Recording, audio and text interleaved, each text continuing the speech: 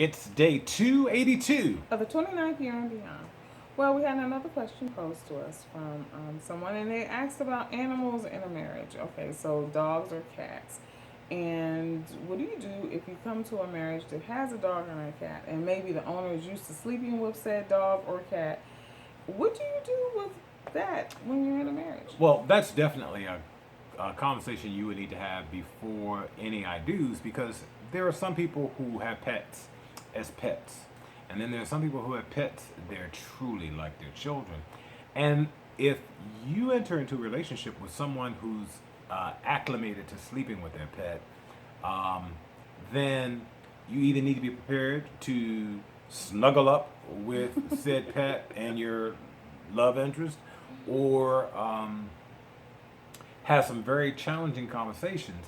But again, that's not something that you want to just kind of like sidestep and get married, Right. because that could be a very, very challenging fight after the fact. And that's one of those things that I definitely would say definitely bears addressing beforehand. Yeah, well, Animal Planet has a show where they had like the worst cats or whatever, and they were trying to help the people with the cats because the cats were very territorial, and sometimes, a lot of times, they had to do with people coming into a relationship with said animal, and the cat not wanting them, hissing at them and stuff. It was sort of funny, but not. And or they had a cat that they were bringing with them, and then trying to get the cats to like each other.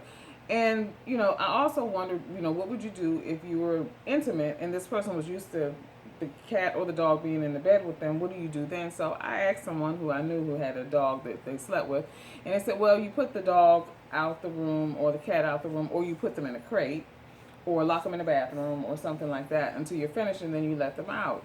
But yeah, I'm not really a dog in the bed or cat in the bed kind of person. I know people that are, but like Fred said, that's something that you would really need to discuss and have that conversation prior to the I do's, or or even prior to even purchasing an animal. If you're going to bring one in already an existing relationship, because we had a dog for a period of time, Yeah. but she slept on the floor. She slept on the What's good bathroom on the say? floor. Not I am not in any shape, form, or fashion on any given day having a pet in my bed. Period. Um, with that said, there are some people, and I've known, I've known persons who have been married and would still place their pet over their spouse. So, when you're entering into a love relationship and someone is a pet owner slash pet lover, you need to know Yeah. how serious that is, and if it is indeed something that you will be able to get acclimated to, will there be changes necessary, or whether it's just a deal breaker. I can tell you straight up, for me, if Gail was a pet person and she was used to sleeping with something, then she would be still sleeping with that something, or find somebody else that Yeah, it's the isn't only that animal I person. sleep with this Yeah. Rawr! year. Until tomorrow, if the Lord says the same. Bye.